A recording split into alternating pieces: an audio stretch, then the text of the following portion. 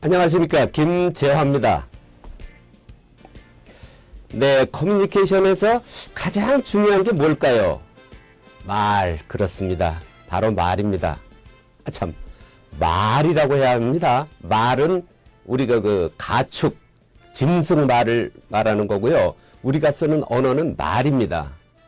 커뮤니케이션이 되려면은 여러 가지 도구가 물론 있습니다만은 그 중에서 가장 중요한 것이 바로 우리가 입 밖으로 소리내서 표현하는 말인 것입니다.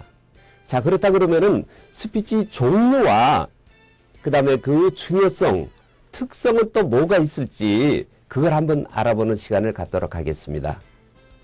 어머니의 잔소리, 아내의 잔소리, 뭐 아버지의 꾸지람, 아니면 저의 변명, 뭐 이런 것들이 다 스피치에 해당이 되고 그 중에 한 종류가 이루는 것입니다. 자세하게 한번 알아보도록 하겠습니다. 스피치의 중요성을 간단히 먼저 살펴보자면요. 대중사회에서 우린 많은 사람들이 한데 어울려 사는데 이 스피치의 필요성은 그 대상이 많으니만큼 그만큼 더 증가하는 것입니다. 각자의 또 위치가 다르므로 물론 편지나 뭐 이메일 같은 다른 전달 도구가 있습니다만은 가장 빠르고 효과적인 것이 전화나 직접 면대면의 말 이상의 것이 없다는 것입니다. 또 탈권위 시대에서 개인의 의사소통 능력을 중시하는 사회가 됐습니다. 그래서 말이 중요한 것이고요. 말은 자신의 능력을 보여주기 위한 필수 불가결한 수단으로 자리를 잡았습니다. 정보화 사회에서 가장 중요한 능력은 말을 다루는 능력이 됩니다. 정보를 제공하는 사람이 스피치 능력이 부족하면 전달되는 정보는 불완전할 수밖에 없고 전달자 자체가 그 완성도가 분명히 떨어지게 되는 것입니다.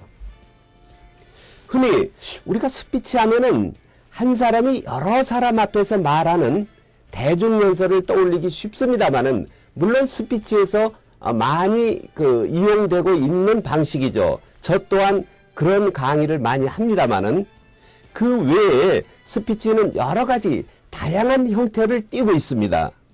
상황에 따른 것과 목적에 따른 것으로 여러 가지로 나누는데요.